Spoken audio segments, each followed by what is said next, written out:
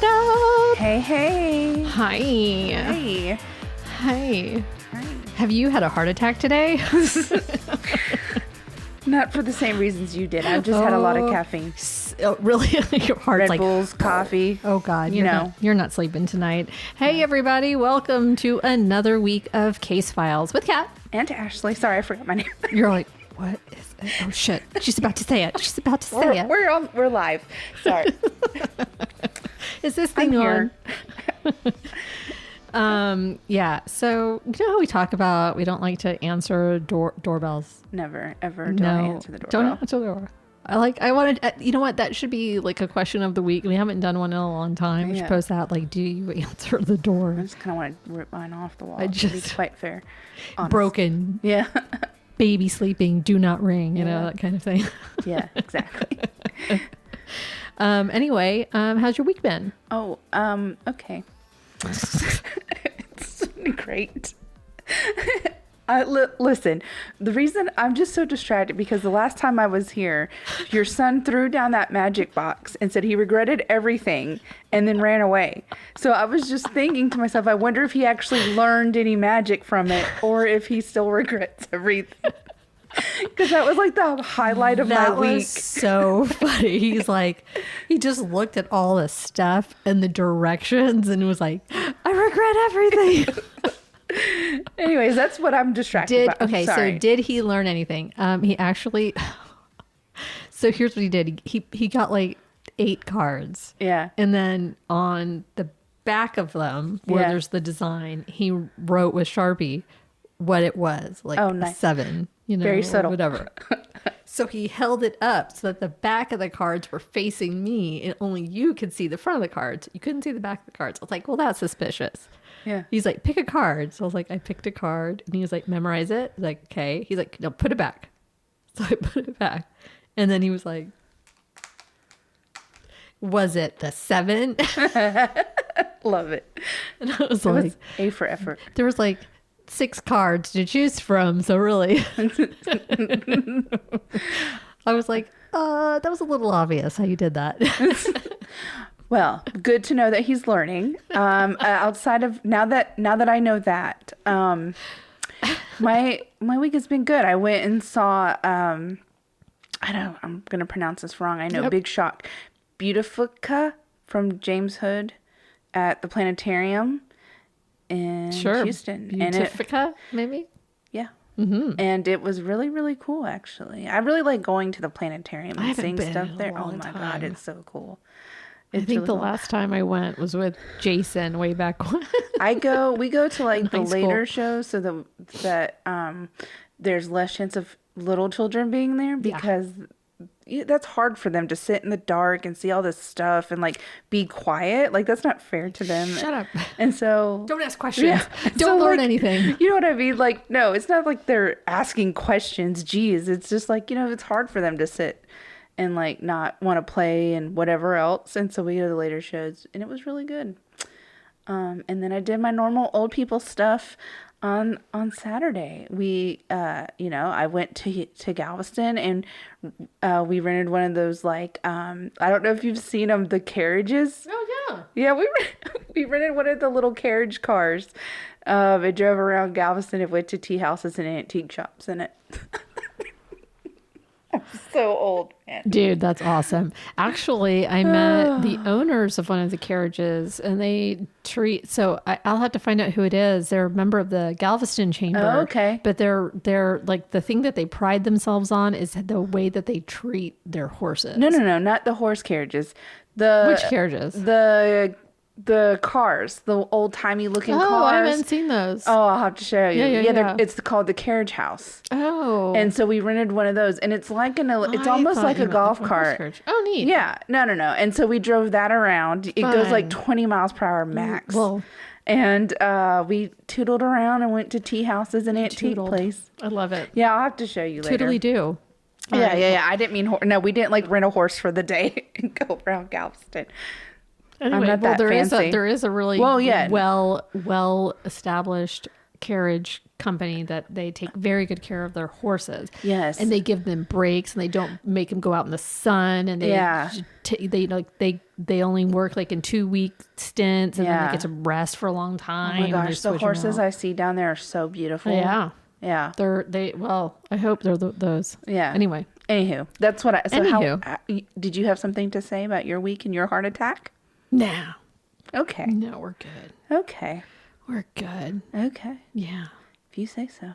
It's been, we're just doing the thing. Okay. We're just doing it. So, I'm not going to say mine's short, but it's not the longest one I've done. Sure. All right. I'm going to first say, I know this is case files. But this is going to get tougher towards the end of the story. Okay. And so I'm going to go ahead and put that trigger warning here. I'll probably say it again later. But I will be talking about child abuse in this episode. So not fun. No one dies. Okay.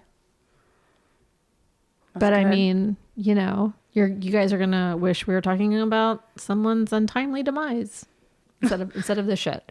When I get towards positive. The end, I'm just saying, our story's so bad you'll wish someone had died. That's exactly should be our slogan. That's exactly right. Anyway, so with that being said, if you're anything like me, you don't get up to date on things until after it's already been done. Okay. So a really good example of that is like not watching any episode of a show until the series finale. Yeah. The Office. That's me. Waited till it all came out before I watched it. I don't have the patience to anymore to wait till next week for the next episode. No, I need to be able to binge. Yeah. I need to be able to binge, people. Part of that is due to my unwillingness to wait week to week. But the other is just not having enough time. So if I have time to sit down and binge something, I want to watch the one thing. I don't want to go, I gotta wait. So anyway, but in this case, I think I'm not up to date on like current events. Like I don't have, I don't watch like Good Morning America or, nightly news or anything like that. I'm not watching that kind of news. So I kind of miss some of the things that come out. So on this particular story, I was so far removed from just the beginning of it that I was like, well, let me wait until things kind of move further along. And so tonight I am talking to you about Ruby Franke and the 8-passenger YouTube child abuse saga. Oh, okay. So this is a big story. Now, I won't just be talking about Ruby Franke. For those of you who are familiar, at least in part, with this story, it's also about a woman named Jodi Hildebrandt. She was a licensed counselor and life coach and someone who the Mormon Church was really promoting as a wise person, as somebody who could help families and parents. Right. So this was like, go to her for marriage counseling. That was sort of like the person that they referred. Gotcha. We'll get more into that later. Maybe. And so so it's about her and her influence over the Franke family, most especially Ruby, and a little bit her husband, Kevin, and the children. But it's also about the children and the horrific ordeal that they went through and sort of the aftermath of that. So when I started to research the story, the first thing I listened to was a podcast called The Rise and Fall of Ruby Franke. It's from Wondery. If you have time, it's eight episodes. They do a great, like, step-by-step breakdown of the case. And so, but even as that podcast was being made, like things were coming out, like things as of like just a couple of weeks ago, have been coming out. So this is really still a very new, a very fresh case. Something just came to light yesterday. So it is still very much in the news. So tonight's episode is really going to be a very basic breakdown, like an overview of the unraveling of the Franke family and the 8-passenger YouTube channel. So let's just start from the beginning. Got it. All right. There's a lot of references and those are in the show notes. There's just a lot, but mainly it's that episode. I did also get the Utah versus Franke Hildebrandt case file from the state of Utah. They did release audio, visual, and video. So there's actual like paper documents, video, and audio, and photos. That's all released. It's accessible to the public. So I put the link in there. Okay. I will be reading from Ruby's diary entry. It's a very, very heavily redacted, like whole pages are redacted, but there's still enough in there. We are going to refer to the children by their name. The officers in the court did not, since they were minors, but it's already in the public domain. Like everybody, I think if anyone ever used TikTok, they've probably heard the children's names. Yeah, I mean, they had 2 million viewers. Well, hundreds of thousands of subscribers. Yeah. When a lot of this started happening, now I don't know everything since she's been arrested, right? But when this started, there were so many TikTokers who were calling her out from the beginning. Yes. And like talking about how worried they were. And no one would do anything. Right. Yeah. And it's been going on a long time. Yeah. Long enough for it to be like, and we'll get into that. But that there were people speaking out because they were worried, because they were so popular. People really did enjoy this family. And they were endearing, if imperfect. Right. And so, people were really worried. So although the police officers in the court, I totally get that they're trying to protect the children. I just don't want to say an initial. I feel like that's weird too. And they have identities. And if it's already all out there. Yeah. There are other news. I mean, the ABC News had their names, there are other news stations that have it. So I don't know. I don't know what the best thing is. So sorry. All right. So from the beginning. So Ruby and Kevin Franke met when Ruby was 18 years old. She was beginning college at Utah State University. Kevin was a bit older. He was 21. They met at a meet and greet in her apartment complex. Oh, that's nice. I've never lived somewhere where they did a meet and greet. I know, it's probably like a college apartment complex. Oh, that makes sense. Hi. Sorry, I have a pal. Socks is like jumping on you. I love it. So he was also a student at Utah State in civil engineering. And so it was a pretty instant, like, va-va-va-voom. Like, she was beautiful, he's handsome. Like, it was pretty instant. So soon they were having one of their first dates at the Olive Garden. A few days later, they were introducing each other to each other's parents. Oh, that's fast. 2 weeks after they meet, they're engaged. And by about 3 months later, in December of 2000, they are married. I did not realize it happened that fast. That's crazy. I mean, if you did that, I'm sorry. You're not crazy, but that's crazy. No, that is not how I roll. Not you personally. I just meant if any of our listeners got that married and engaged. Yeah, that's okay. Yeah, totally. So in early 2015, Ruby followed in her sister Ellie's footsteps and created a YouTube channel called 8 Passengers, in which she documented her everyday family life in Utah with her husband, Kevin, and their 6 children, Sherry, the oldest daughter, Chad, the oldest son, then Abby, Julie, then the youngest ones, Russell and Eve. So in early 2015, Ruby followed in her sister Ellie's footsteps and created a YouTube channel called 8 Passengers, in which she documented her everyday family life in Utah with her husband, Kevin, and then their 6 children, Sherry, the oldest daughter, Chad, the oldest son, and then there's Abby, Julie, and then the youngest son, Russell, and the youngest daughter, Eve. Actually, though, the YouTube vlogging was sort of a family business by the time Ruby started. All of the sisters and their mom had channels, but Ruby's was the one to really blow up. Oh, okay. Yeah. I didn't realize they all had. Yeah. Yeah. So all of the sisters got in on it, but Elsie's didn't do as well as everyone else's, but Ruby's was by far the most successful. So the camera always, though, seemed to be rolling, even during the mundane parts of their daily life. She originally posted 5 days a week, every day, like Monday through Friday at 6 a.m. That's dedication. 6 a.m. That's crazy. So for anyone who's ever wanted to do something like this, she made it seem so easy. Like you said, dedication. I mean, every day. At 6 a.m. That's a lot of work. Yeah. So as someone who's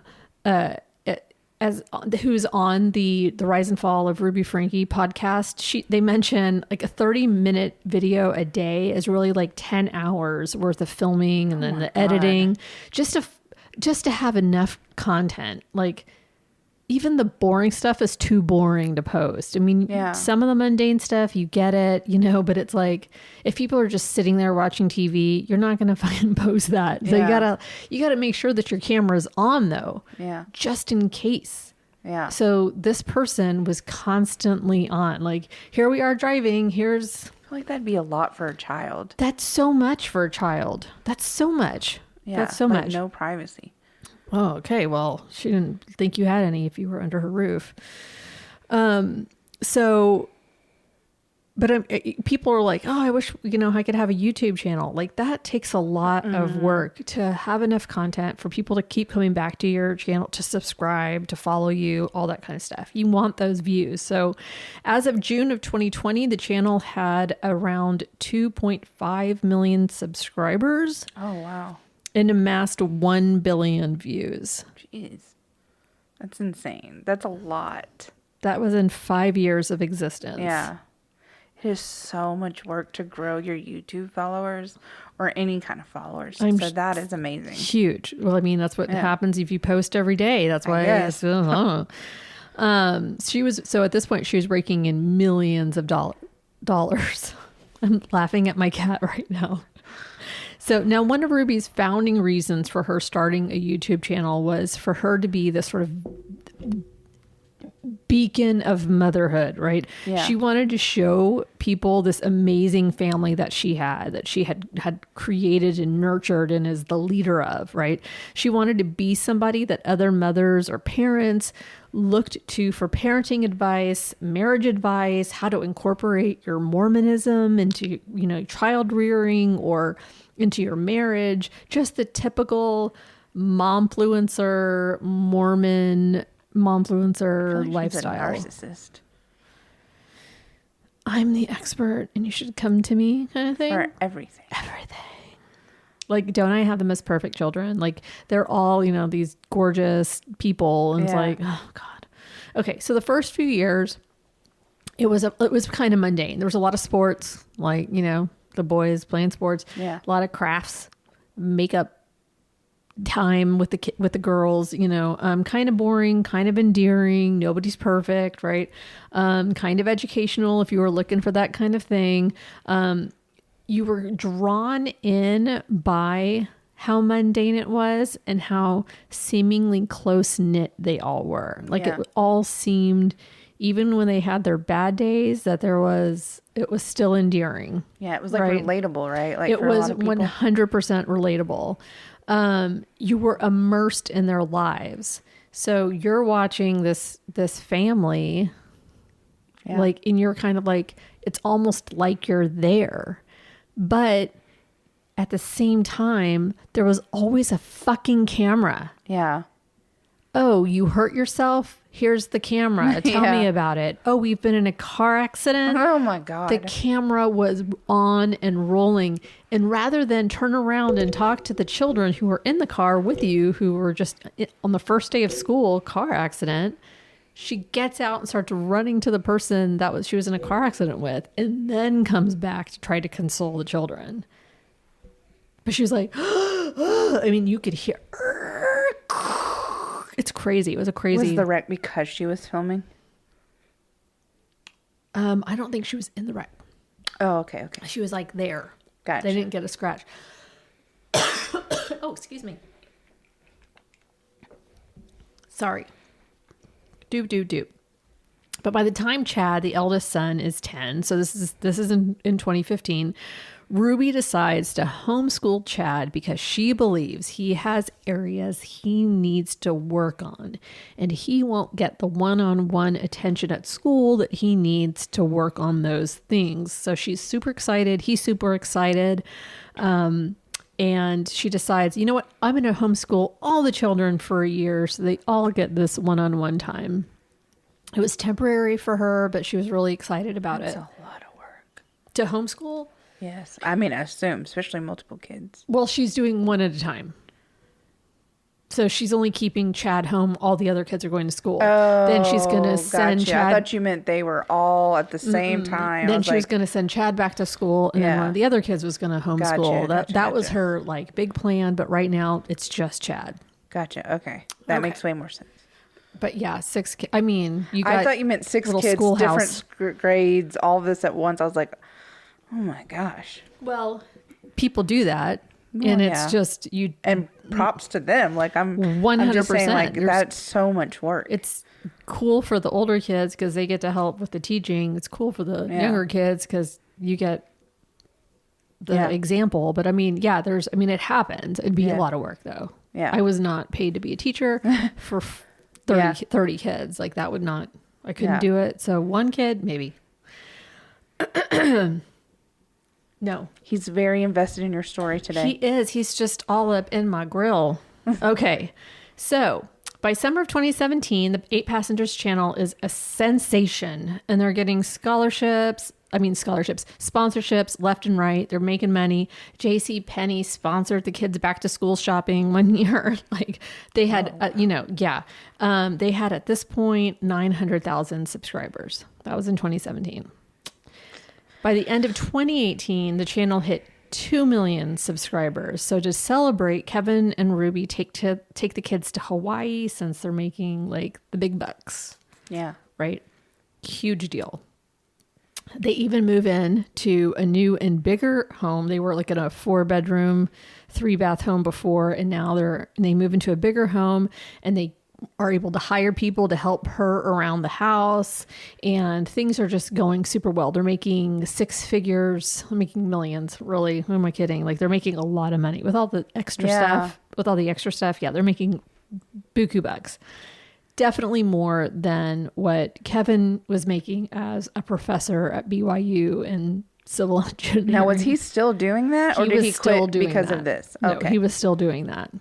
Well, I mean, I'm sure that gave him health insurance. Well, yeah, I just didn't know if like she was like, you need to stay home now because now we're she's in charge. We're a YouTube family. That's what I'm saying. Yeah, right. Like I just didn't know if she was like, you need to stay home.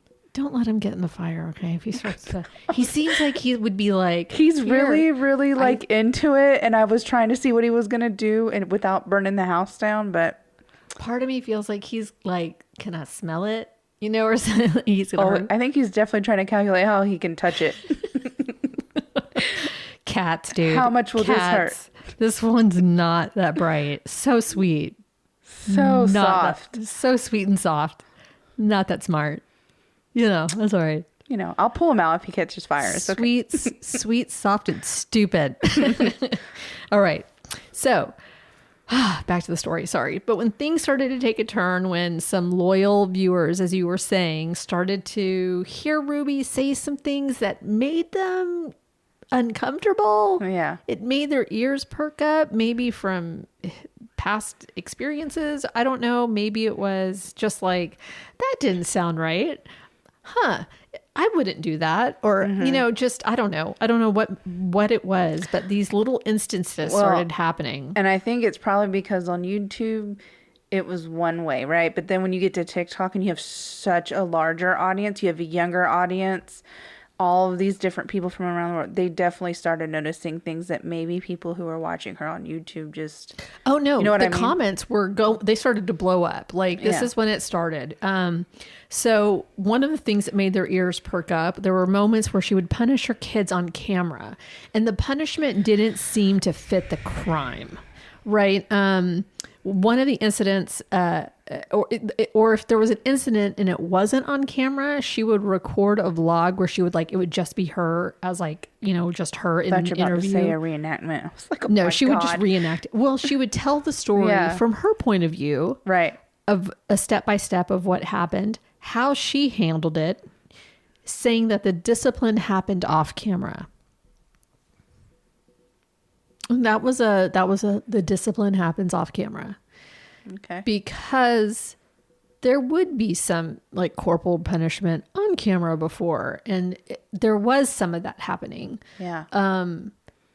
But people started to go like, the discipline happens off camera. Like, that's kind of a weird thing to say. Yeah. You know, like, especially when you record everything. You're else. wanting to be this beacon of motherhood and how so why? Why is it happening? You're trying to teach people how to handle unruly children, but you're not going to show them how you're doing it. You're just going to tell them. And you're probably not 100% telling the truth, or it's really fucking distorted in your crazy ass mind, right? Like, how can you say that you're teaching people when you're not even showing them? Yeah. Like, it doesn't even make sense. Anyway, so this was her attempt at being the expert on parenting anyway. Her kids were beautiful, well-spoken, seemingly well-behaved. They're all on camera doing well, very smart, very bright kids. Don't you want kids just like mine, except when I'm having to discipline them off camera? It's fucking stupid. Yeah. Do what I do, but only what I say, not what I'm not. Yeah, do what I say, not what I'm doing. That's it. Yeah. Fucking hell. All right. But like you said, and like I was saying earlier, viewers started to feel pretty icky when she would record everything, even when the kids didn't want her to. Like when the older girl started menstruating and she would start talking about it, and you could tell they would feel really fucking uncomfortable. They would ask her not to record. And I mean, it's humiliating for a preteen, right? I mean, but like other people at school, when they see that, oh my God. I mean, granted, you're like a millionaire family, so you can just be like, bitch, I'm rich, you know, like. Yeah, but still that's right. So no one needs to know that kind of stuff. No one needs to see that. And kids are mean. So like, I cannot. I mean, just with the regular stuff that they had to have been filmed doing, like. God. I know. I hate it. I can't imagine being filmed. So they'd ask not to be filmed. They'd be ignored. So the comment section started to blow up with concern when Ruby posted a video about 6-year-old Eve forgetting to take her lunch to school. She was responsible to take her lunch to school. She's 6. God damn. Kindergarten? My kid, I was just trying to make sure my kid knew how to read. I'm not going to. I still pack my kid's bag. I still forget my lunch. I'm just saying, like, we still let them be kids. I don't know. I feel like, yes, they should have some responsibility, but I had so much responsibility as a child. I don't want to give my kids that. I want my kids to have, I just want my kids to be able to be kids, right? Yeah. But at 6, and then so she forgets her lunch, and then so the teacher text messages, hey, Eve forgot her lunch. Can you bring one up? And she was like, no, it's her responsibility. She told me she made it. So she has to make it and remember it and everything? The natural consequence is that she doesn't get a lunch, and she won't do it again. So hopefully nobody, and she's saying this on video, so hopefully nobody gives her money or gives her food. Wow. Because of their own discomfort. That's fucked up. I mean, this can't imagine. It deserves a telling Kevin. 6-year-old. It deserves a Kevin. It does. It does. I just can't imagine telling a 6-year-old, well, too bad, you're not going to eat because, well, you just forgot it. Like, I mean, like I said, I'm in my 30s and I forget my lunch sometimes after I've made it. Like, that's insane. You're the mom.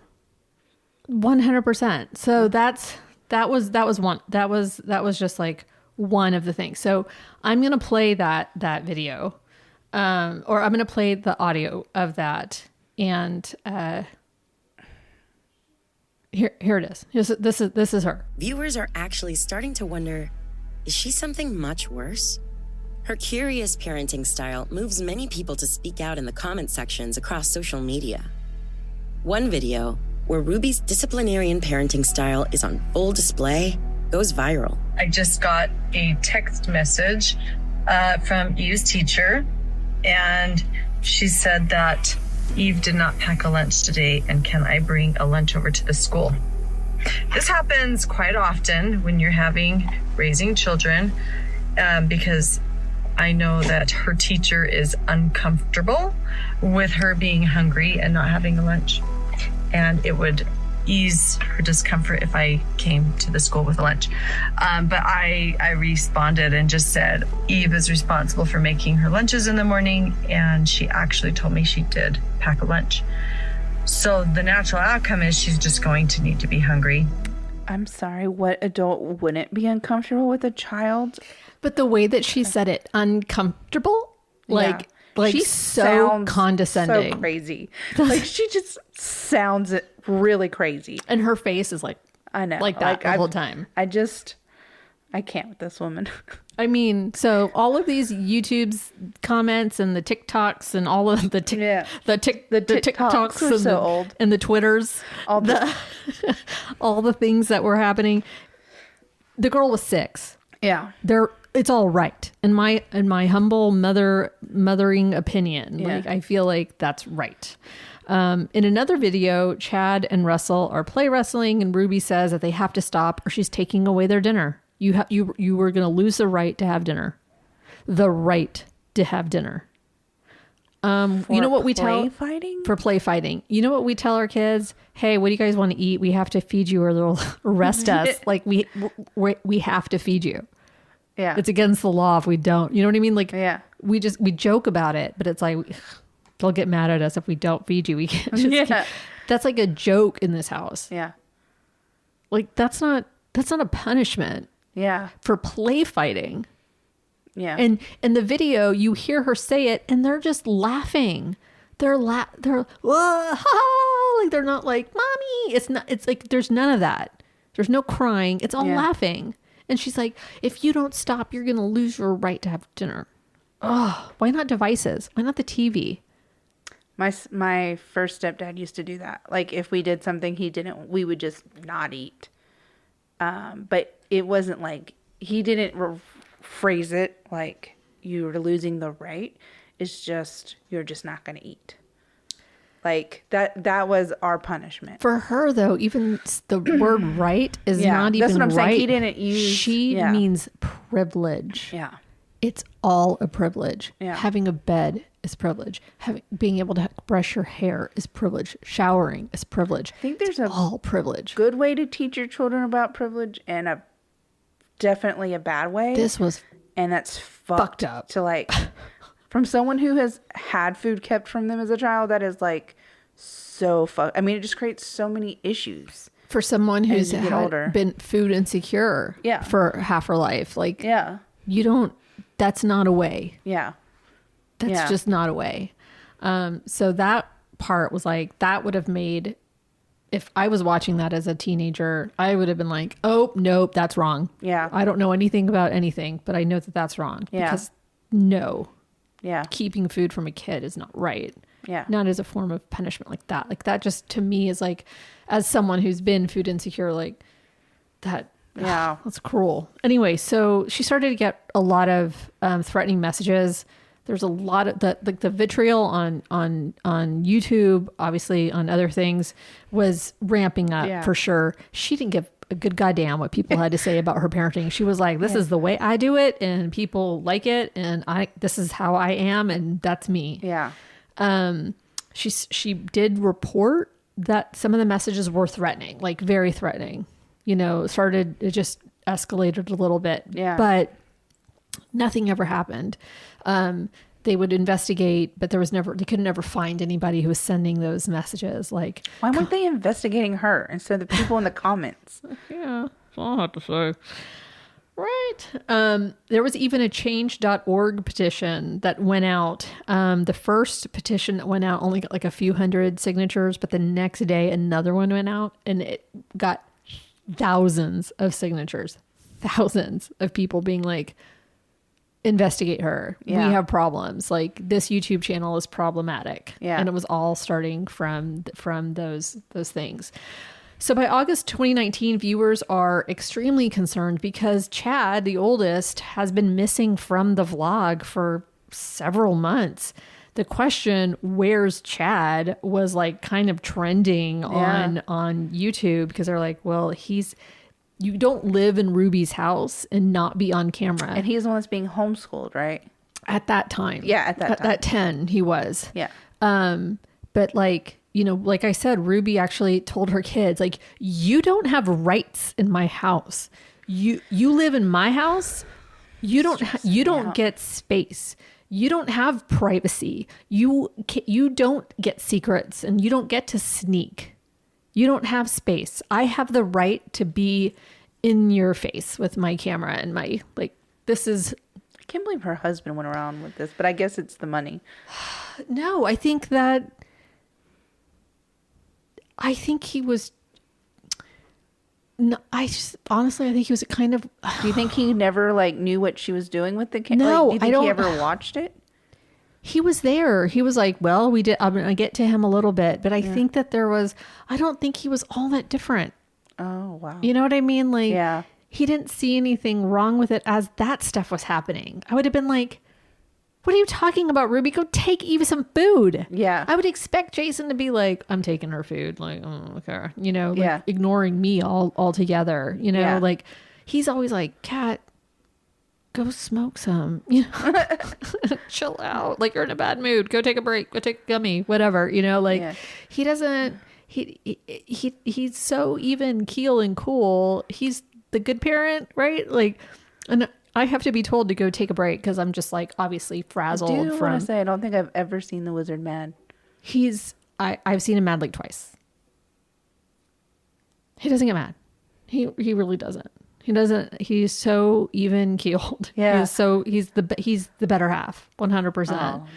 100% the better half. So I feel like,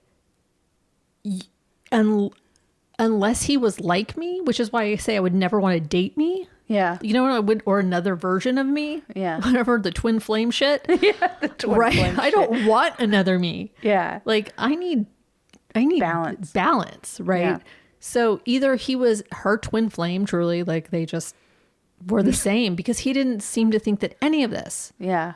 Up until like right now, I would be like, I have problems. Yeah. And he wasn't. So Yeah, I guess that's true.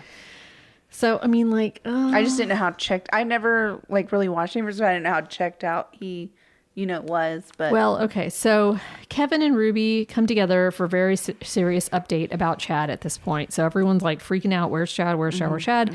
They tell viewers that Chad has been sent to the Anasazi Foundation Wilderness Therapy Program, where he's going to spend 8 to 10 weeks in this, like, Arizona desert wilderness camp to better himself. I see. Now, the debate about these kinds of places is well documented. There are a ton of documentaries that show the rampant abuse, neglect, lack of safety, general knowledge of children exists in these places, just a lack of that shit. Children who have survived these camps and have like become adults and have talked about it have all talked about how traumatic they were. Some have also come out to say that they worked wonders, but those are fewer. I've never seen anyone say that. Those are fewer. Yeah. Fewer, for sure, fewer. So this is not to say that there are kids that really do need some kind of intervention. Yeah. There are parents who really need help. So they go online and they search up, this is a multi-billion-dollar industry, these camps that get switched names and go to different people, and especially if they're religious or especially whatever. If they're being endorsed by influencers. Right. And it's just like these programs, and they seem to be the last resort for these parents who seem to be at their wits' end. Yeah. My kid is doing A, B, or C. So I'm not saying that those things, that isn't true for people. There should be a place for those parents to go. I just don't know if, we can argue about it for days, with somebody, I'm sure. I get it. It's tough. It's tough to be a parent. It is. It's tough. But here they are. They kind of labeled Chad as the troublemaker kid, the troubled kid of their family, and he kind of always he wasn't ever going to be good enough, I think. And he was a pretty good kid. Like he's just a kid. Yeah. You know, I don't know. Yeah. Maybe don't film his every move and spend some time with him and just get to know him as a person and not as a monetary thing. Right. So then on October 15th, 2019, Ruby and Kevin are reunited with Chad at Anasazi. They're packing, so the video shows like them packing to go camp with him in the environment that he has been in for 2.5 months. He's thrilled to see him. He's thrilled to see them. Everyone's crying. There's a camera crew, multiple angles. They all cry and they hug together, and there's multiple angles of this camera crew. Very emotional. She hired a camera crew? There's a camera crew. Mm-hmm. Wow. Yep. Really I was expecting you to say personal moment, and then cameras in your face. I was expecting you to say that it wasn't really a camp. Like he was just... No. So then his parents join him as he shows them how he's made it these last 2.5 months, how to make a camp, how to ration and prepare your food and water, how to keep warm, how to forage. Ruby tells Chad that there's this hashtag free Chad trending, and he tells viewers, while everyone is laughing at the fact that there's a hashtag called free Chad, that he's okay. He's not a slave. Okay. But like putting the camera in his face. So tell everybody tell everybody that you belong here, kind of a thing. Really kind of on the spot, which is like still stuck on the fact she took a camera crew. Yeah. And that the camp allowed it. So they all get to camp together. They camp. Mm-hmm. They wake up the next morning. Ruby complains incessantly about how uncomfortable she was.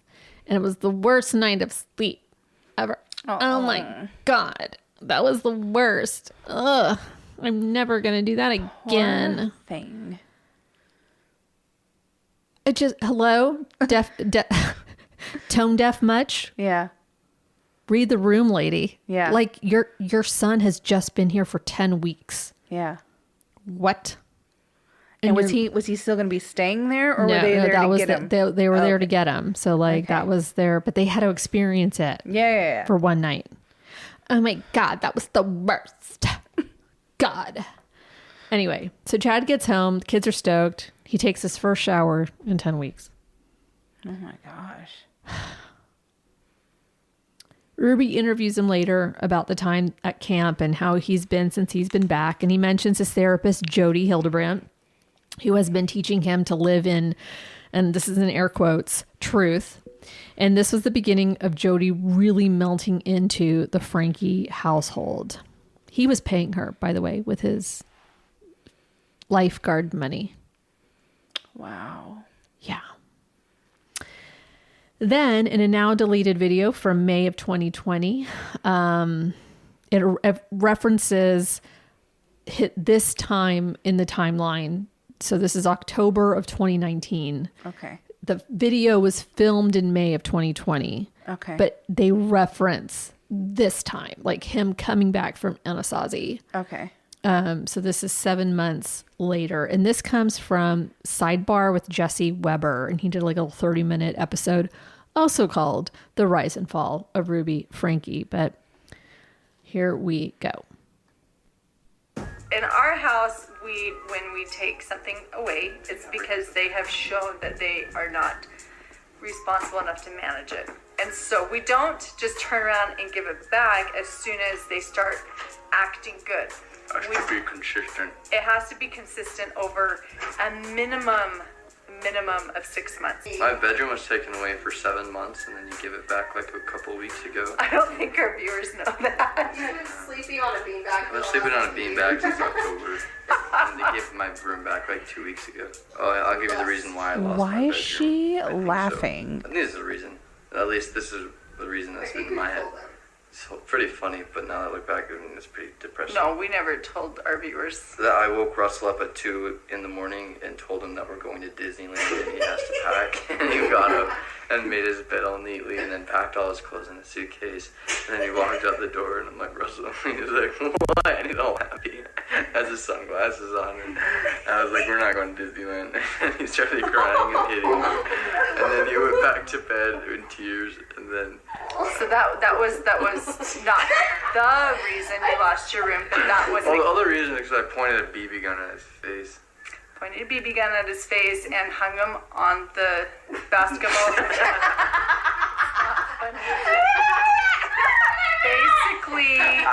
Basically, Chad. Like the day I got home too. Chad came home from Anasazi and Russell was like, I want to try dunking the basketball, and I lifted him up on the rim. he was and left him there for all 3 minutes, and he was just hanging on She to is it. You think it's funny psychopaths. because And then I walk out. if you think it's funny, then that was 7 months ago. Maybe you need longer without a bedroom. It was not fun. Chad showed that he was not able to manage himself sharing a bedroom with Russell. So when we moved, the bigger room in the basement was automatically his, and I didn't have a room. But what you guys didn't know was Chad didn't get any room. He didn't get anything. He was sleeping on the floor in the family room. It hurts me just as much as it hurts my kids. First of all, there's so much to unpack in that very short clip. That was like 2 minutes. I feel like she's raising psychopaths. Why was he pointing a BB gun at his brother's face? And then also, that is so mean to lie about Disney. That is so mean. If someone did that to me, I'd be heartbroken. But I mean, like if my sister or brothers had done that, that would have been so mean. okay, but you don't get a bed. Well, that too. But I mean, You don't get a bed for 7 months. Yeah. Just 7 months. and then he's just like laughing about it though. Like she has like, She's ruined her children. She's ruined, at least at this point in time. Yeah. They're not well. And they're acting out. I mean, you just become my support kitty. You just sent me away for 10 weeks. Did he say he did that the day he got back or the night He did got... like right after he got back, but there wasn't even a bedroom for him. Yeah. He had nothing. But you, kid, little brother, get the basement, the biggest room in the house. You get that? I'd be pissed. I just was living off of nothing out in the wilderness. Yeah. To like Just- not even be able to share the room is crazy. And now I'm sleeping in a beanbag in the living room. Like that just, he has nothing. Who is he? Does he belong in this family? Yeah. Later, she says, I'm so glad you're back, but there's a part of me that kind of hates it that you're here Oh my God. because the desserts. Since you've been back, I have been eating desserts. And he goes, that sounds like your choice. That's not mine. She was like, oh, look who's living in his truth and using that against his mom. Like, oh, you just used the mind judo on me. I was trying to use it on you and you're using it on me. Oh, Padawan. Right? The student becomes the teacher. Oh my gosh. So the comments on YouTube were going nuts, obviously, at this point. But Ruby was already meshing with Jodi. So he mentions seeing Jodi in that interview after he got back from Anasazi. And Ruby has really been trying to ingratiate herself with Jodi. She's this life coach, right? Ruby is noticeably making the pivot from just being a momfluencer vlogger to working more and more closely with Jodi. Like she's actually mentioning Jodi and her company called Connections with an X in the middle. Cute. So she's sort of like digging in her heels with Jodi, the more vitriol that's coming at her from viewers. So she's vlogging less and less, but becoming closer and closer to Jodi. Yeah. And talking about creating a YouTube channel with Jodi. And they're like called like Moms in Truth or some shit. I forget what it's called. I didn't even want to look that mess up. So she wanted to be a coach to coach other mothers and families about how to handle difficult teenagers like Chad, and be able to point out how her family was this bright, shiny beacon of how these methods can work. Right. Right. Totally working right now. But this was all clearly being pushed or encouraged by Jodi and her connections with an ex that Ruby was happy to promote. Now, remember, Jodi was a therapist and a mental health I forgot about her being an actual therapist. Well, yeah. Oh, wait. She was. Not Ruby. No, not Ruby. Jodi. Yeah, okay. I was thought you said Ruby. I was like, whoa, I did not know that. She called Jodi her business partner. She in her videos, they would talk about parenting, Mormonism, and the truth. But the videos on 8 Passengers didn't totally stop yet. In one video, Russell forgot his socks outside in the yard. So Ruby made him do push-ups. Just, drop and give me 10. You're 7 years old. Let's do it. Depends on how mad she got. Sometimes she'd make him do 50. Just because he forgot something Just outside? because he forgot something outside. Okay. Viewers were noticing how that Russell and Eve were, and Chad were the children that she most picked on. Russell and Eve actually got their Christmas presents taken away one year because they weren't grateful enough. So she wanted to give them the gift of kindness. So you don't your 4 siblings get their Christmas presents, but you don't, because you are ungrateful little brats. Wow. Right? So Ruby started posting less and less because people were bitching. They were like, hello, this is the problem. Yeah, I really can't believe no one got legally got involved. Yeah. So CPS did call, but they don't have time. Yeah. You can go into this beautiful home with beautiful children, clean, beautiful, everybody. And then someone's saying oh, hey, are y'all okay? And the family's like, we're good. Blink twice if you need help. Kids don't know. They don't want to get their parents in trouble. Yeah. Right? So you're only there an hour. What are you going to learn? Yeah. You need to be in there for a week. Yeah. I want to see it all happen. I want to see what happens when Chad acts up. Yeah. I just assumed with all of the recording that she does, all of the things they could see her, that she off camera. Off camera. The discipline happens off camera. So Ruby started posting less and less until she decided to go all in with Jodi, and then she deleted the entire 8 Passengers YouTube channel and all its videos. Oh. Boom. Gone. That Wow. was in 2022. Bold. Huh? I said that's bold. I know. So Jodi at one point moved into the Franke household. Crazy. And this is a total side story and a little bit of fun craziness. But when she moved in, according to Kevin, according to the husband, weird shit started happening in the house. So they would be in the upstairs and they would hear banging in the basement downstairs when nobody was down there. Things would go flying off shelves, or doors would open and close and shit like that. Because she was saying that she was having she was going into trances, and that the devil was attacking her, and it was this very supernatural. It sounds very Catholic, So Jodi had a room, but Ruby's own son didn't. Well, eventually he got a room. Oh, but okay. yeah. But she moved into the upstairs. So things started to really happen. Soon, though, Ruby started sleeping in the same room as Jodi, and she told Kevin, I'll come down if I need you. So she moves upstairs to be in the same room to sort of be an overseer of Jodi to make sure she was okay. Very Krugersdorf from remember Australia, and we're all gonna watch her and she's gonna spit capsules of blood out of her. Remember that whole story? And she's a bird. She's a shapeshifter. Tweet. Okay. Yeah. If you guys have no idea what we're talking about, it's one of our other Listen episodes. to the Krugersdorf episode. Okay. So, anyway,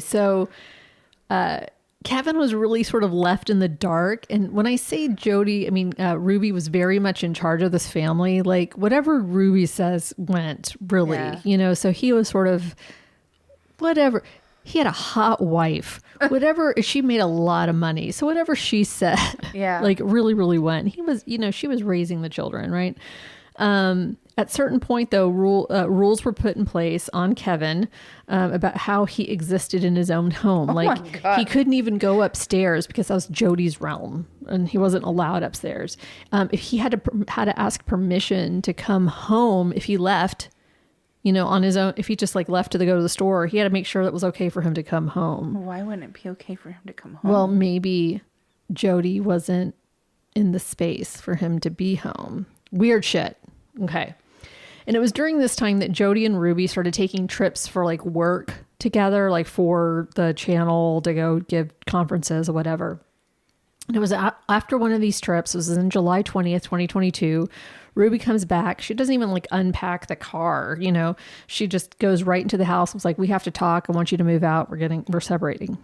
Like, boom, just no fanfare. No, like, let's sit down. Was on camera? Nope, wasn't on camera. Okay. But she was like, July 20th, you need to leave. We're separating. With very specific rules. We'll have no contact with the children, and you can only have contact with me if I contact you. We're working on our marriage separately. Okay. And if you want this marriage to last and to work, then you have to do what I say. Period. And did he know up until that point they were like that they were working on their marriage? Like, did he know they needed to work on their marriage? Or was this all a surprise to him? There was some like marriage counseling from Jodi. Oh, okay. And I'll get into it in a little bit. It was a no-win situation, though. He was in a no-win situation. So July 25th, 2022, Kevin leaves to move into a little apartment while they, quote unquote, worked on their marriage. And then a little over a year later, on August 30th, 2023, a neighbor of Jodi's in Ivins, Utah, called 911. 911, the address of your emergency. Tell me exactly what's happened. I just had a 12-year-old boy show up here at my front door asking for help. This kid has obviously been... I think he's been detained. He's obviously covered in wounds. It is such a difficult call. You can really hear just how painful it is for this caller to see what he's seeing. Ruby's youngest son, 12-year-old Russell, had apparently escaped from Jodi's home and took off looking for someone to help him. We know there's been problems at this neighbor's house. He's emaciated, he's got tape around his legs, he's hungry, and he's thirsty. And first responders rushed to the house. The male does have duct tape around each ankle. He's not telling the RP why. And said that there's sores around his wrists and ankles. The RP is becoming emotional regarding the child's health. According to police records, Russell appeared to be emaciated, abnormally thin, weak. Officers then find Russell's sister, originally reported as 10-year-old Eve, in a very similar malnourished condition. The brother and sister were taken to a hospital, and Jodi and Ruby were arrested. Now, while the kids were found at Jodi's home in Ivins, the Franke family home was actually in Springville, Utah, around 250 miles away. After the kids are found in Ivins, Springville police then barge into the Franke house. Police department! So Springville police, they went to the home to make sure that none of the Franke children were there. According to them, the home was empty, but authorities did end up tracking down Ruby's two middle daughters at the home of another Connections employee, this time in American Fork, Utah, and body cam footage shows law enforcement questioning that woman. Is Ruby Franke's daughter. Yeah. She's a friend of ours. She comes over and helps me every once in a while to do cleaning and stuff. Pam knows her because she knows her mom. She's very good friends with her, has known her for a long, long time. How did you start to know the family? How did you just meet? The Franke family? Yeah. Through a program called Connections. Okay. It's a kind of a life skills type thing. These middle children were also taken into state custody and handed over to the Utah Division of Child and Family Services. By the way, the eldest children, if you're wondering about them, Shari and Chad, they're both 18 now. By the way, speaking of Shari, when Ruby and Jodi were both arrested, when it was publicly announced, Shari posted a photo of the police on her Instagram story with the caption, "Finally, She then posted another message on Instagram, writing, quote, "Today has been a big day. Me and my family are so glad justice is being served. We've been trying to tell the police and CPS for years about this, and so glad they finally decided to step up." On September 1st, the Washington County Attorney's Office charged each woman with 6 counts of aggravated child abuse. Now, keep this in mind. So that kind of skipped to the end a little bit with the whole, like, what ended up happening. Can I just say, I feel so bad for that neighbor. Like, you could tell. Oh my God. He was the whole call. Yeah. I cannot imagine, like, he just having kept going, that happen. please just get somebody here. And you could just tell. Yeah. He was like, is there someone else home? Is there someone else there? Is there, what about your sister? How old is she? Because, like, he's trying to relay these messages. Yeah. There's a video of Russell coming to the door. He actually knocked on one door. Or rang the doorbell of one house before his and this neighbor's. So it was like, this was the second home he went to. Yeah. The first home he went to, they didn't answer the door, but you could tell, like, there's music on. Like, they were there. Yeah. But I don't know if they didn't hear the doorbell or what, or they saw this kid and they just weren't going to answer the door. And so the next neighbor, like, he rang the doorbell, walked away, and he's almost gone out of earshot, and that someone's like, yeah, hello. And he was like, hi. And he says, so sad. He says, I'm wondering if you can do me a couple of favors. And the man says, yeah, well, what are they? And he was like, well, I'm wondering if you could take me to the police station. Just one favor will do. And he was like, well, son, why don't you come over here? Come over here, have a seat, and, come into the, kind of like told him to sit in the shade, Yeah. He was wearing socks, boxers, and a button-up long sleeve shirt. My kid's 9 and looked about the same age. Just skinny, knobby kneed. You could tell he was not supposed to be that thin. Yeah. His legs looked so bad with the tape. And so what was underneath the duct tape was a mixture of cayenne pepper. Oh my God. And honey over the wounds that were covered up by the duct tape. The wounds came from being tied up with rope to the floor to keep him from being attacked by the devil or some shit. He was possessed by the devil, according to Ruby. And why was his sister also devil? Oh, okay. Devil. That's it. So Ruby and Jodi were both arrested, and 2 days later, both were charged with 6 counts of aggravated child abuse, a felony. So this is an excerpt from ABC News. Initially uncertain of his involvement in the case, officers say they considered Kevin a suspect, and he was questioned. Body camera footage shows Kevin Franke revealing the answer to the question being asked by investigators. Where was he while his wife and Hildebrandt abused R and E in the summer of 2023? Kevin Franke explains to an officer that he was not living with Ruby and the children at the time, and he had no contact with any of them. Quote, I haven't seen them for over a year, end quote. Kevin appears visibly upset and is dismayed throughout the police interview as investigators describe R&E's conditions and the evidence of abuse being uncovered. But even after hearing some of the details and after the turmoil in the relationship, Kevin tells the investigators interviewing him, I love my wife. I trust her. He says that he doesn't want to say anything to incriminate her. Early in the investigation, officers confirmed Kevin was not living with the family at the time of the abuse, and with no evidence tying him to the case, he was cleared as a suspect. They only interviewed him twice. Franke tells investigators that he had moved out of the family home in Springville, Utah 2 years after he and Ruby started working with a marriage counselor.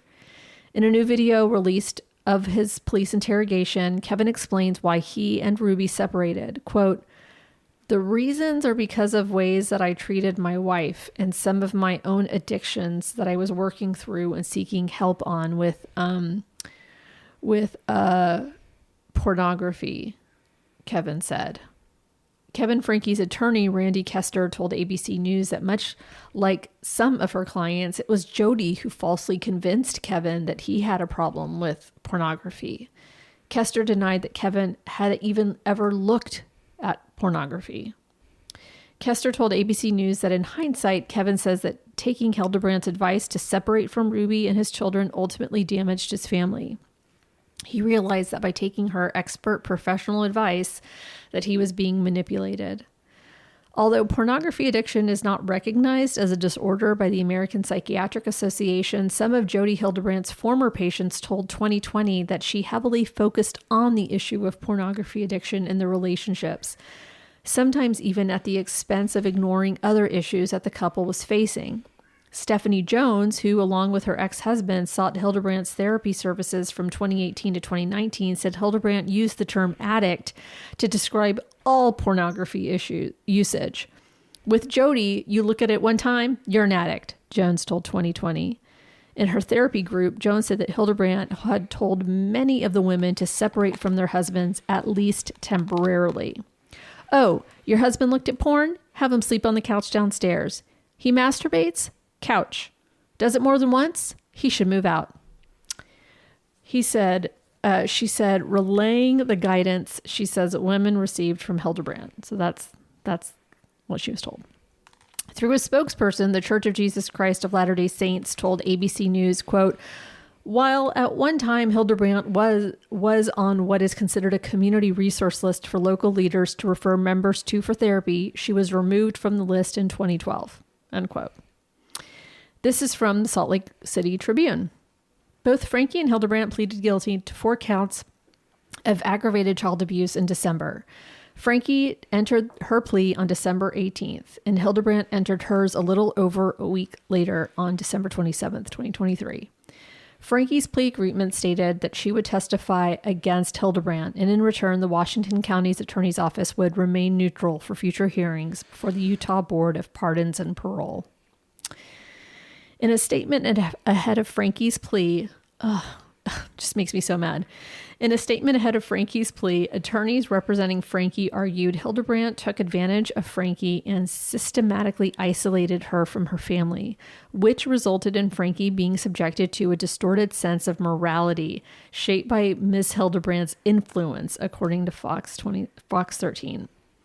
Both plea agreements stated the women inflicted and allowed another adult to inflict serious physical injuries upon the children. They were each sentenced to at least 1 to 15 years per the 4 counts. So at least 4 years total in February. That doesn't seem like a whole lot of time. It doesn't seem like a whole lot of time. Max 60. Minimum 4.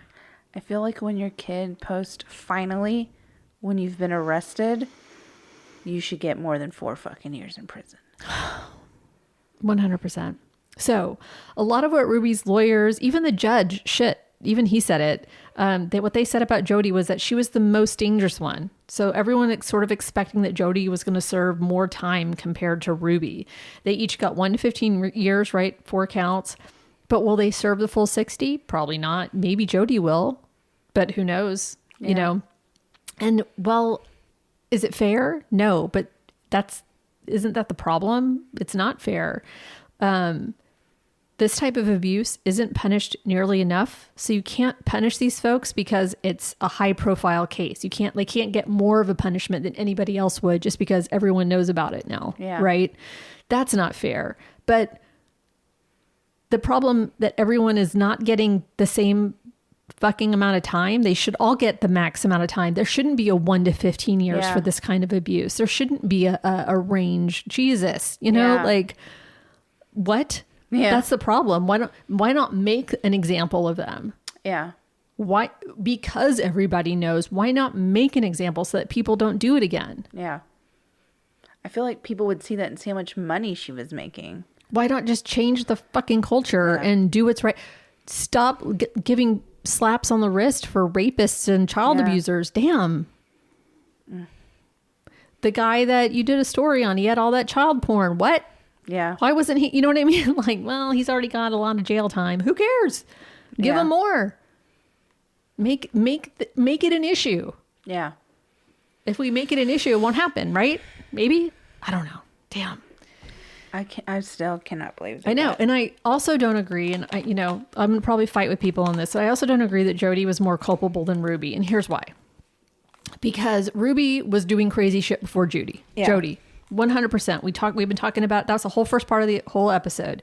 The YouTube comments, the change.org petitions, that's proof of that. Her shoving a camera in her kids' faces, even when they asked her not to, that's abusive. Yeah. She said, this is my house and you have no privacy and you have no right to space and no right to secrecy under my roof.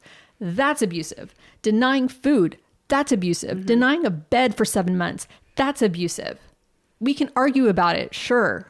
But Jodi didn't just walk in and say, do this abusive shit and Ruby followed directions. Yeah. No. Jodi was someone Ruby looked up to who was saying exactly what Ruby wanted her to say. Yeah, like and validating her.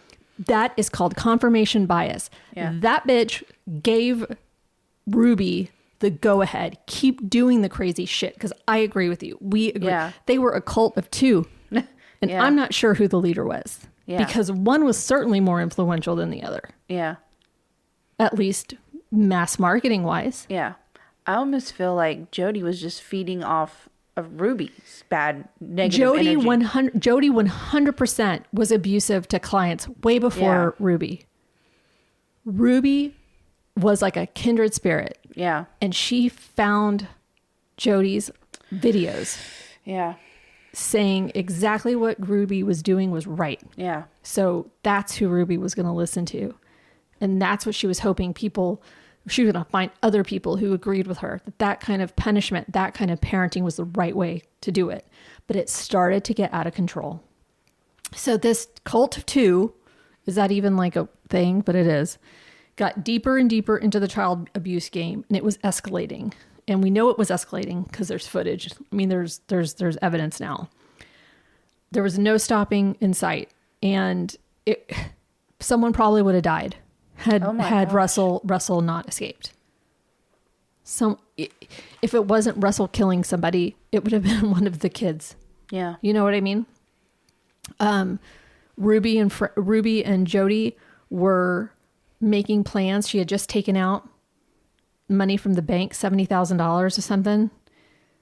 They found land in Arizona, and they were going to take Russell and Eve to Arizona and take them off the grid, take them away.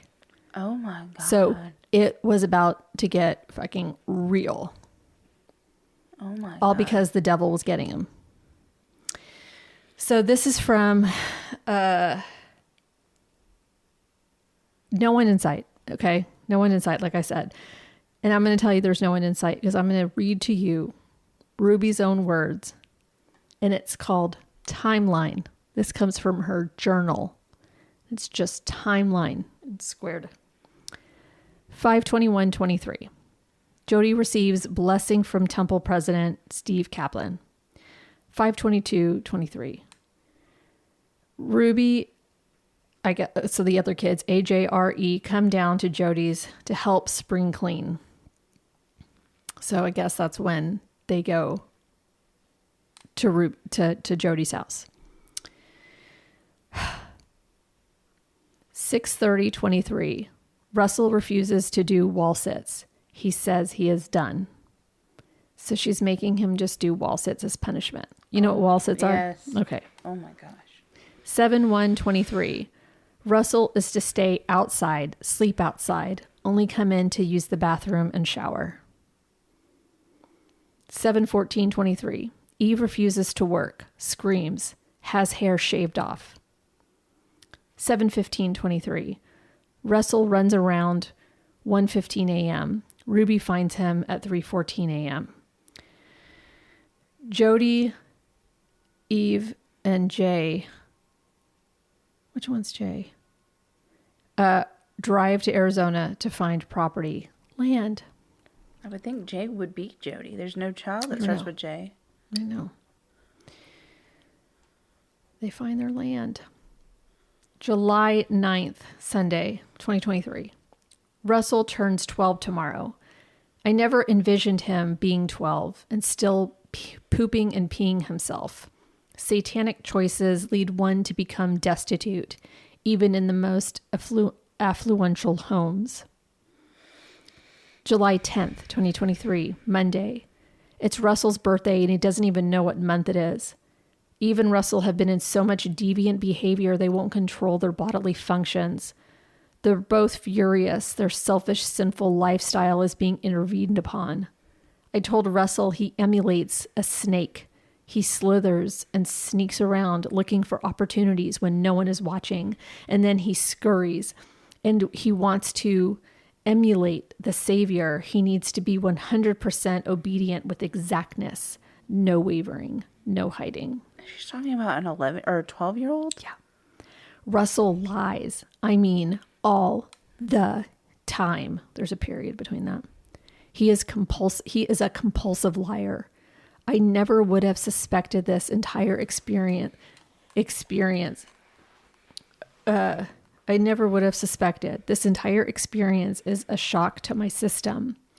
I never would have suspected the cold, dead heart Russell has. And if I didn't know where to look. And if I did, I can't read that writing. I'm sorry.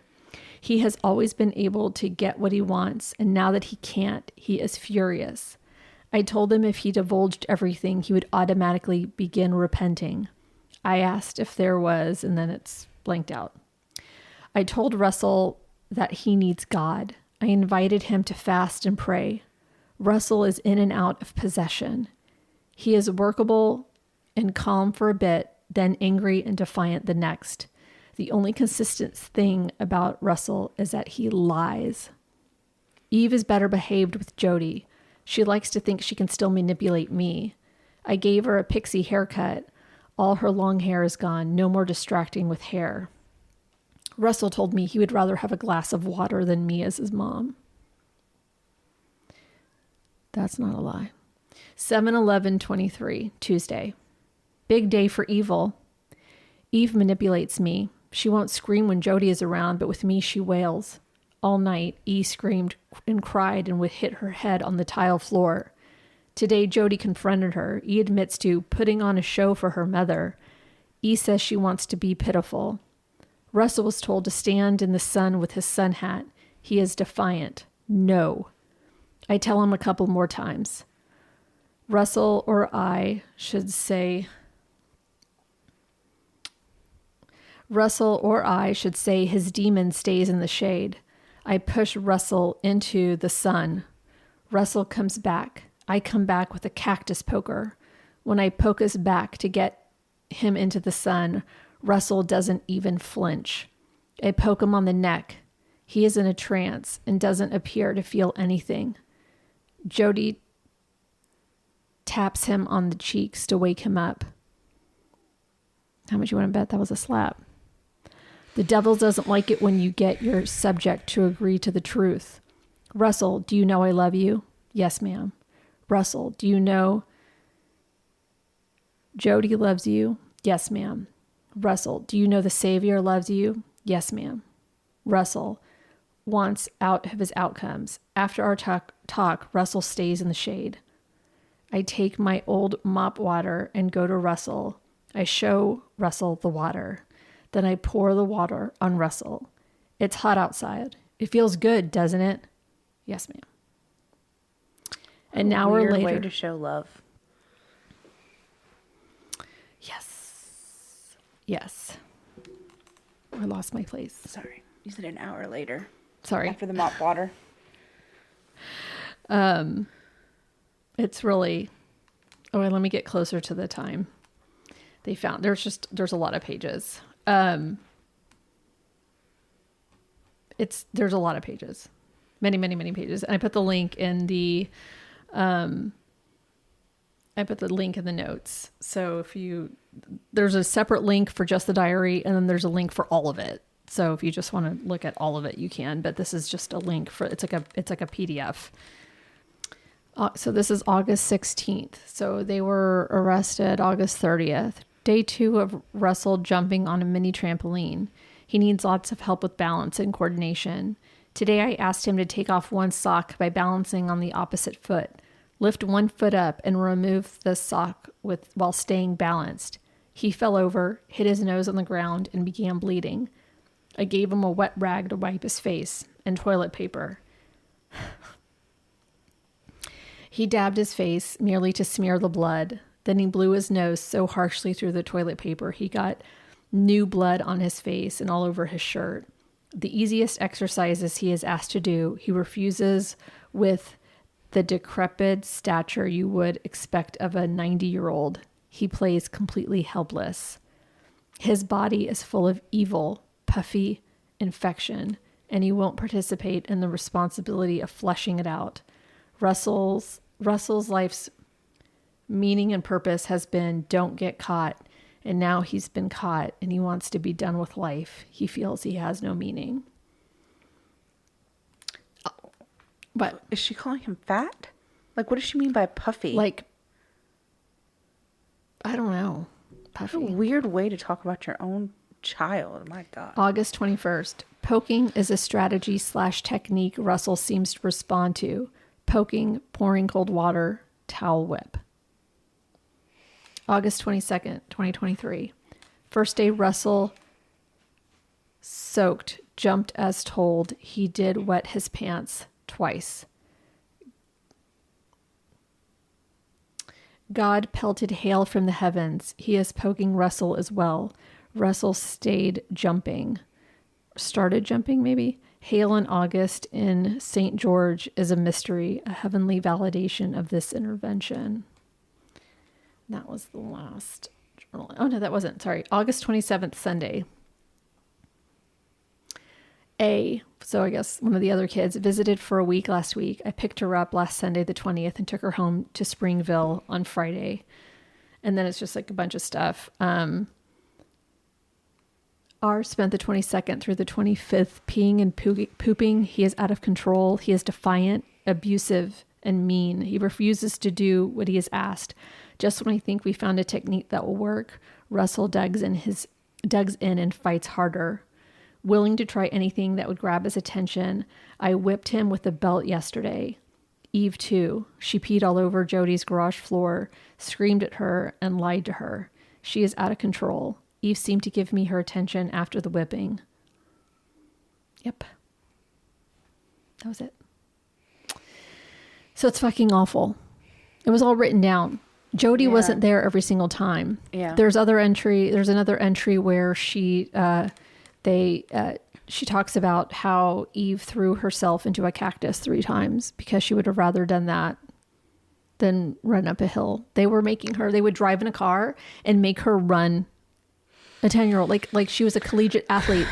Yeah. Like she's Rocky Balboa training for the big race. Yeah. What? She's 10. Yeah. You get out. You do that. Yeah. And then she was like, did she get thrown into the cactus 3 times? Maybe.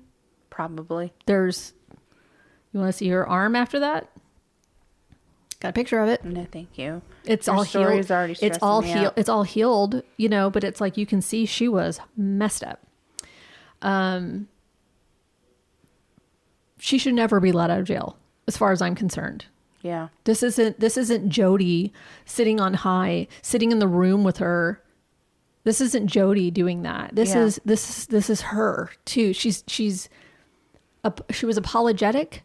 She apologized to her children. It was a very sincere apology. She's saying like, I let this woman tell me things that, I thought right was wrong and left was right and up is down. Like she's saying she believed everything, but there's still sort of like this lack of her own accountability. Yeah. She's like, send me to jail. That is the right thing to do for however long. She's not saying that she's not guilty. Right. Yeah. Jodi is. Jodi says she did nothing wrong. But she also wasn't like, I was trying to save the children. That's what Ruby was hoping that she was she was like, I'm not she was very defiant when she got arrested. Like, I'm not talking to you, whatever. Cause she was kind of expecting Jodi to be the same way. And Jodi wasn't like, I was trying to save these children from the devil. She wasn't saying any of that. Nothing. Oh, here, Louie. Yeah. Anyway, so she's probably going to get let out of jail earlier. I feel so sad for her babies. I feel so sad for those kids. I don't think that she should be let out until they say it's okay. Until they're old enough to say like, okay, she can be let out now. If they want to have a relationship with her, if they can forgive her, that's on them. I'm not going to judge them for that. Yeah. But she should not, they should get to choose. Yeah. You know, it's their life sentence, you know. Where are they now? Like, are they with their dad? I will give that update. So no, I'm taking forever. So in November of 2023, Kevin filed for divorce as things started to come to light. Thank God, you know. He was like, what are you like you could tell he was really thrown for a loop as to the extent of the torture. Yeah. But then as things started to come out, he was like, I'm out. So what about the kiddos? Well, Sherry and Chad seem to be doing okay. You can follow them on Instagram. They're very public. I mean, they were fucking thrilled. Like you heard in the video. Yeah. Sherry wrote finally and a picture of the cars 'cause she was there. Good for her. Chad, there was one of him dancing like, you would love my mom or something like that. Some like really happy video. Now the younger ones, Abby, Julie, Russell, and Eve, are now in the care of the Department of Child and Family Services. Kevin Franke's lawyer, Randy Kester, in an interview with Page 6, stressed that his client's, quote, urgent focus is simply to keep his children together under his fatherly care, end quote. Kevin understands that the wounds are both physical and emotional, mental, I guess, as well, and will take a long time to heal. He just wants to be able to take care of his children. Yeah. I don't know if they want that or not, but I don't know that I would want to be with him, considering for how many years he was part of it and didn't just stop like it. the beginning, those beginning times. Yeah. Sherry, however, was estranged from the family for a long time because of her opposition to their parenting style. She even tried to call the police to do a welfare check on the two youngest because they were left alone for like 5 days, and she wanted to make sure that they had enough food. The police showed up, knocked on the door, nobody answered, so they left. You were just told that there's little kids home alone. Yeah. Why wouldn't you break the door open? Yeah. What if they were dying? What if they had no food and they didn't know what to do? What if they were like little? Or tied up and couldn't answer the door? Ugh. Makes me so mad. Kevin, 2 days after the arrest of Ruby and Jodi, tried to get Sherry arrested for burglary. Oh my God. Because she went into the house, the Springville house, to get like their iPads and whatever, all their IDs and things like that to get it out of the house. Yeah. She wasn't trying to keep it from him. And so she returned everything. She was like, I wasn't trying to keep it from you. She's trying to take it out so nobody took it. And, here it is. So there were no charges. He tried to. That's so bizarre. So bizarre. The siblings, however, are still tight, and I think it's trauma. All of this trauma made them closer knit, and they'll always have each other, which I think is what helped them get through all of this. But at the same time, like I think they'll be okay.